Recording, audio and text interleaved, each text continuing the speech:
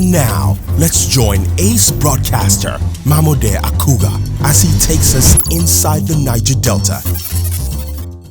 On Saturday, the 15th of September 2018, the otherwise very calm and peaceful disposition of the St. Bartholomew and Akukutoru waterways, as well as adjoining creeks, was almost breached as the chairman of the Akukutoru local government area of Rivers State, Honorable Roland Sekibo, allegedly stormed Belema Flow Station in the company of his political allies and armed security personnel to forcefully evict protesting occupants of the oil platform from Belema, Ofoyama and Nigeri communities. The oil platform, otherwise known as Belema Flow Station, under oil mining lease OML 25, is situated in a space jointly owned by Belema, Ofoyama and Nigeri communities and has the capacity of producing 45,000 barrels of crude oil per day. At the height of a conflict between Shell Petroleum Development Company, SPDC, operators of OML 25 and its host communities, the Belema Flow Station was shot and occupied by protesting women on August 7 last year. Trouble began in July 2017 when the communities got wind of Shell's planned divestment of its operations in OML 25 to another oil company. Dismayed at Shell's action, the communities demanded a compensation of $300 million and a right of first refusal to operate OML 25, but Shell allegedly ignored their demands. Consequently, the communities embarked on a non-violent protest and occupied Belema Flow Station.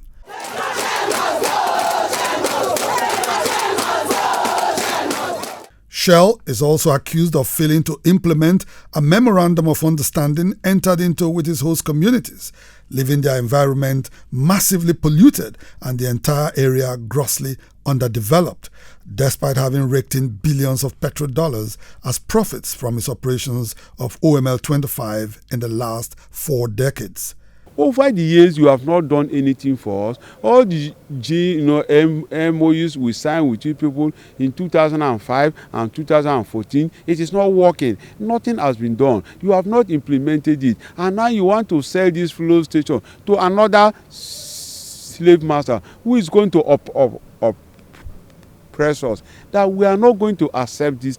They should bring joint investigation team, making up SPDC, NNPC, NAPIMS, DPRO, and the communities to check around the communities if at all Shell has done any meaningful projects. You see how well, where we drink water, snakes are there, fish are jumping there, the color is yellow. According to the people, rather than accede to their demands, Shell allegedly introduced a divide and rule policy to prevent the communities from championing a collective struggle for an existence as a people. That is what we are saying.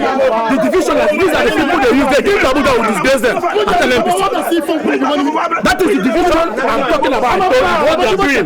Now they don't want this struggle to have success. They are not living here. They have not. The person they are protecting has not come to community over 20 years. Is that person a leader? They identified Chief Ibinabo Hari, a Mayanabo of Belema community, who incidentally is from Obama, otherwise known as Harristown, as Shell's agent planted to work against the aspirations of the communities. They were using somebody who is by name Ibinabo Kalorie through him to cause misunderstanding between the community. They are using him as their agent. He claims to be the Amanabo of Belema community, while he's not. So-called Ibinabo parading is a Amanabo chief who certain confusion between us to fight ourselves, kill ourselves. During 1999 to 2000, he said confusion, people lost their life, people got injured, people lose their property still in this place. A true son of the land, can a true son of the land do that? No. So we are begging federal government, we are open on them. Please, they should send Shell away and bring Belema to manage this place. Chief Ibinabo Hari, however, dismisses the allegations of his detractors as baseless and untrue. He says occupants of Belema Flow Station are criminals hired to foment trouble in the area. People occupied there, they are illegal occupants. They have no right over Belema affairs. Government should look into it and force them out. I now write a letter to divisional commanding officer, copy to the commanding officer, Obama, telling them that this is what happened, that the people occupied there are illegal occupants. I don't know them. I have no business with them. I'm not consulted. I don't know anything about that. So they should force them out. When contacted to comment on his role on the attempted reopening of Belema Flow Station through forceful means, the Akukutoro local government chairman, Roland Sekibo, neither took calls nor responded to messages sent to his mobile phone. Determined to get the other side of the story, our crew made efforts to speak with Shell. The Anglo-Dutch giant spoke on its planned divestment of OML 25. Since August 11th last year, we've had these invaders who are illegally occupying that facility, the Belema Flow Station and gas plant. This is operated by SPDC on behalf of the federal government, who own 55% stake, Total and Ajib. That's about 405 days, if I'm not mistaken, since they went onto that facility and illegally occupied it. And there is a process, that's what I talked about, due process and procedure. So there's a way those things are managed, and this is not the way. Where we have community stakeholders going out to say, first of all, you say, oh, I have issues with underdevelopment. Then, in the same breath, but you just need to transfer this asset to this particular entity. We need to be careful, because those are two different things. But there's a bigger issue, and that's an issue we all have to really, look at to see how we can manage, because it can deprive us of access to the things we are looking for: opportunities, more investments, employment. These are the kind of behaviors and things we do that actually keep those things far away from us, and we need to learn from the past. But I can understand a responsible local government chairman wanting to ensure that one of the key businesses within his local government is working. So if I were in his shoes, I would do the same thing. I would want to say, why is this place closed? And when you start hearing things that are conflicting, so in one breath, you hear, oh, because it's underdeveloped, the community is not as developed as it should be, that's why it is closed. In another breath, you hear, it's closed because we want you to transfer ownership and operatorship to one particular indigenous company. So when you start hearing those kind of conflicting signals, then you know that there's more to this than meets the eye. Shell also debunks claims that it has failed to develop its host communities in OML 25. I'm here in our office, industrial area, Port Harcourt. Just a few kilometers away, there's a modern, ultra-modern library built by Shell. Yeah, the best public library in the country. We put $5 million there. Just behind me here, about 2 kilometers, there is the best health insurance scheme in the country. There's a hospital here, Obio. The best, it has won awards globally. All these were delivered by Shell, just around me here. And I asked that stakeholder, why do you think a company that can do this here would deliberately not want to do it in any other of their host communities? So there are two sides to this story. Number one, it is not correct that we've not delivered any value to Belema community. It's absolutely not correct. Yeah. First of all, even Kula, I got into this role in March 2015. One of the first things I had to deal with was the Kula GMOU, because there were litigations. They were in court. There were injunctions saying we should not pay monies due to them. There was a 262 million naira on Sambat project due to them. The money was ready with us. We couldn't pay because they were in court and they were injunctions. We had to actually make moves, encourage them to resolve and bring this out of court. And once that was done, that money was paid out to Kula community. Yeah? Here, I did that, so I can tell you. Now, if you look at the wider Belema, Ofanyama and all that, we need the GMOU structures to be stable and working. We need to take our litigations before we can release those monies. But beyond GMOU, we have scholarships, which of course is open.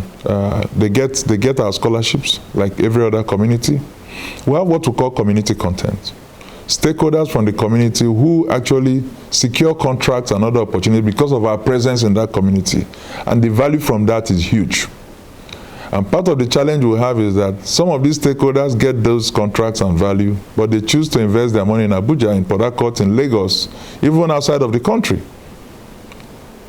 And of course, I can't compare people who do contracts for me, who are from the host community, to spend the money in their community. I can only encourage them.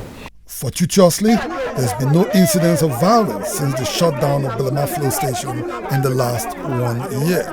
On a daily basis, the aggrieved communities have been organizing prayer sessions at the occupied oil platform and have remained peaceful ever since the conflict arose. Whenever there is fierce battle, the Lord raises women to fight the battle. Deborah was a woman like you, and like me. Belema land is free indeed. The people are free indeed. And the land and the people are liberated and blessed forever. In spite of the peaceful nature of the protest, the continuous shutdown of the Belema Flow Station has resulted in the loss of over $400 million in the last 1 year. The implication is that the three tiers of government as well as Shell have lost significant revenues to a conflict that needs to be resolved as a matter of urgency. If we just look at what it means to the economy of this country in terms of loss in revenue, going to hundreds of millions of dollars. If you look at what it means to workers, so the community workers who also make their living by working in that facility, if you look at what it means to those who are contractors who actually provide goods and services to that facility for value, and finally also look at what it means to our drive for securing investors and investments. And I think this is something we should all be interested in bringing to a closure. In fact, that it is still on is not good for us, it's not good for this country, it's not good for the Niger Delta, it's not good for anybody. Fortunately, the Nigerian authorities, through the instrumentality of the Joint Military Task Force, has assumed a mediatory role in the conflict. For their part, the host communities of OML 25 have restated their commitment to a peaceful resolution of the conflict, but insist that they must be consulted in the process of renewing the license for the operation of OML 25, which expires next year. The community are ready for dialogue with the companies operating in our territory. If the NNPC, the NIMPEX and DPRO will come, including the SPDC, for a joint investigation or a joint meeting, we are ready to dialogue with the companies. We are not a violent people, and we are ready to work with the companies to make sure that our community have a good infrastructure in our area. At the end of their lease, the NNPC can give it to any contractor or any operator.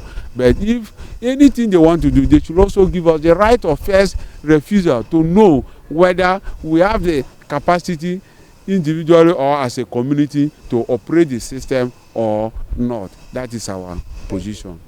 Some of the indigenous landlords of OML 25 say if given the opportunity, they will recommend an indigenous oil company to be given the operational license of OML 25, noting that the international oil companies have failed to deliver on their contractual agreements with the host communities since the advent of crude oil and gas production in the Niger Delta in over 6 decades.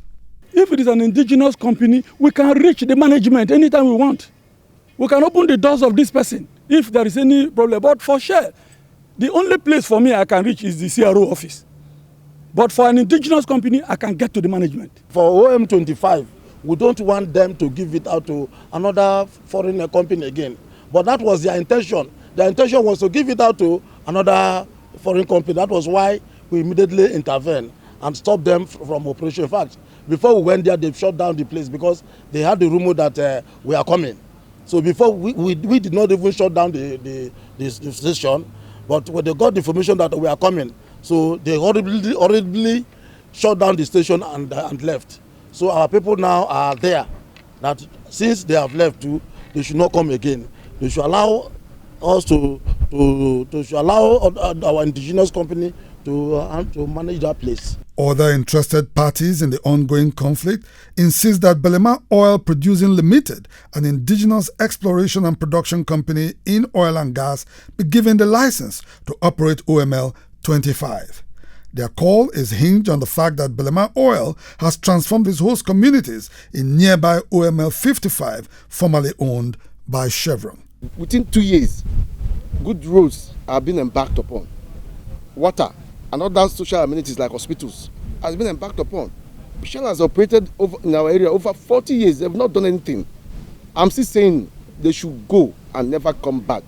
Let them divest to an indigenous company that will meet up our plight. The conflict surrounding the operation of OML 25 has since drawn the attention of some major actors in the Niger Delta peace process, including the leadership of the Pan-Niger Delta Forum. This Belema is a continuation of our neglect, of feeling that who are they?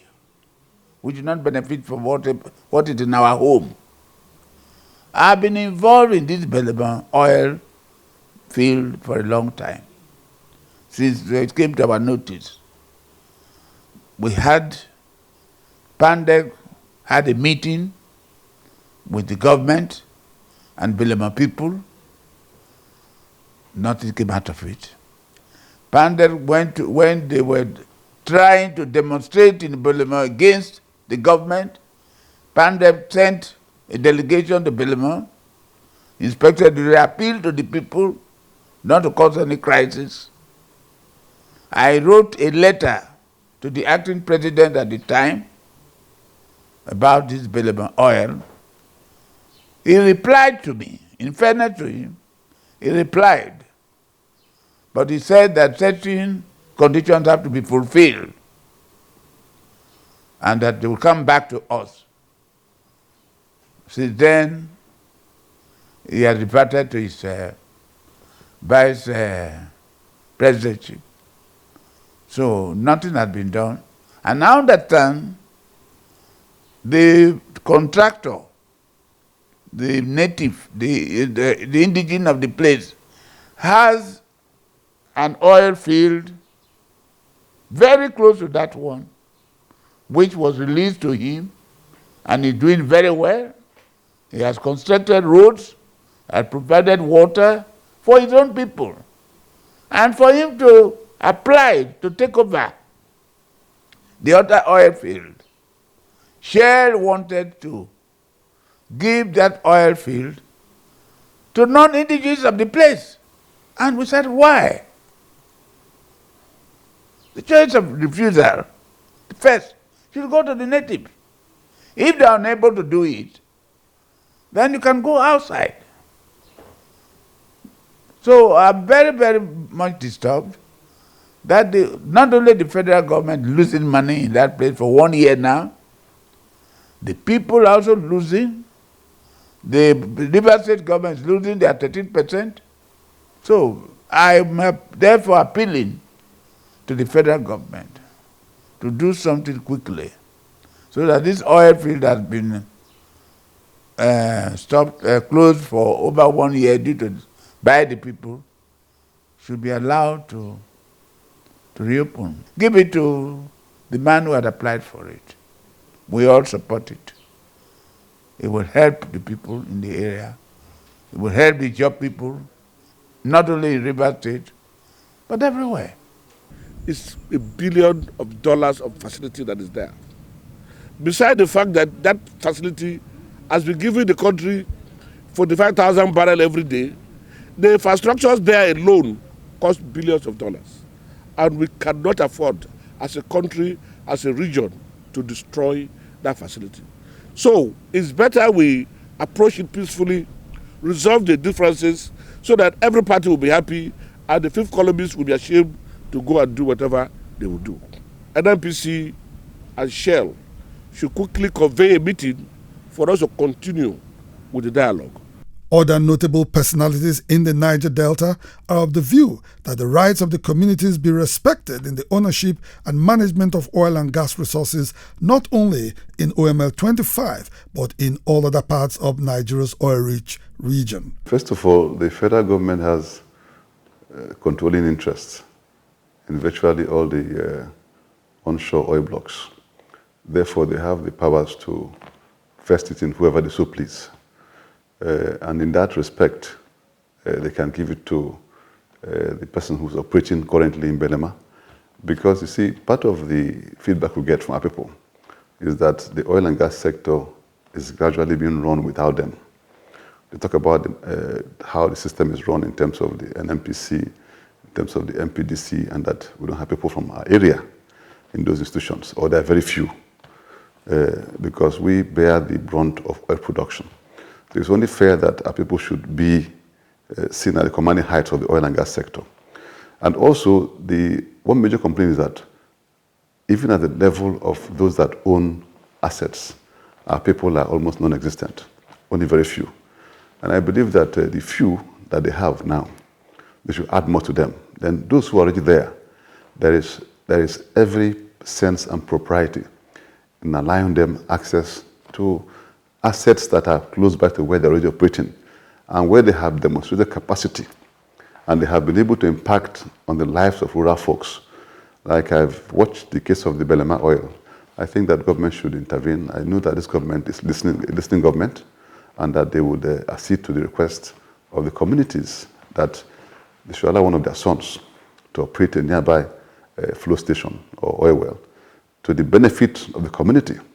This is how our people can feel that government is working for them and that they're part of oil production and they can stop or minimize the disruptions that occur.